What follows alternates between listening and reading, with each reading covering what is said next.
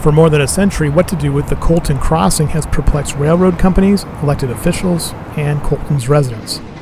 On Tuesday, after 129 years, the groundbreaking on a $208 million rail grade separation began. The intersection has been a problem since the 1880s and once nearly resulted in a violent conflict between supporters of the Southern Pacific and the Union Pacific Railroads. Today, more than 100 trains pass through the crossing daily, headed in all directions. In the year 1883, there was a railroad fight in the Colton area. The old Southern Pacific Railroad line was trying to hold back the upstart of California Southern, a subsidiary of the Atchison, Topeka, and Santa Fe Railroad. California Southern workers laid tracks north and east until they approached the Southern Pacific tracks in Colton. The older railroad company refused to allow the workers to cross their tracks. At the planned crossing site, the Southern Pacific parked a locomotive and tender, which was only moved to allow passage of the company's own trains. Southern Pacific officials kept an engineer in the cab along with a company-hired gunslinger, Virgil Earp. Armed with guns and his tombstone reputation, Special Railroad Agent Virgil Earp did his job well. Even after the courts ruled that the crossing should be allowed, Virgil kept the work crew at bay. Colton citizens were loyal to the Southern Pacific, but over in San Bernardino, which had been bypassed by the Southern Pacific line, folks became increasingly upset. They expected the California Southern line to put San Bernardino back on the map. Things came to a peak in mid-September 1883 with an incident that was quickly dubbed the Battle of the Crossing.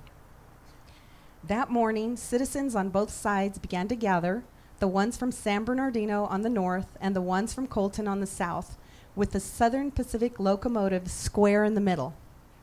On both sides of the tracks, men carried picks, shovels, shotguns, and revolvers. Virgil steadily paced the gangway between cab and tender, with his face towards the San Bernardino mob and his six-shooter in hand, loaded and ready for use.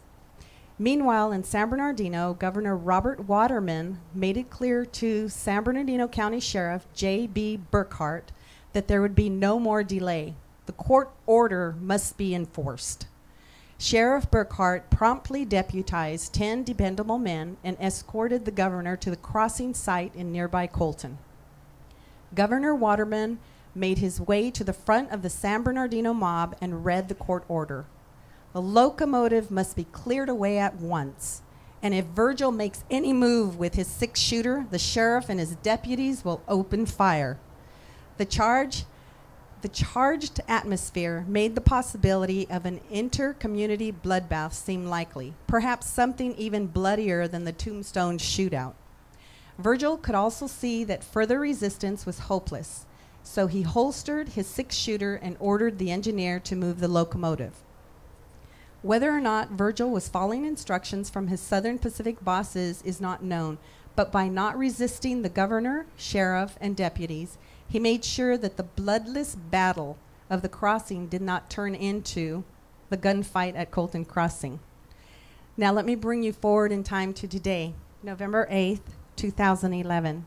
Citizens of Colton, private entities, local, county, state, and federal officials have set aside their picks, shovels, shotguns, and revolvers and now have come together today to begin construction on what will be the most historical public-private partnerships in the history of the city of Colton, the state of California, and the United States of America.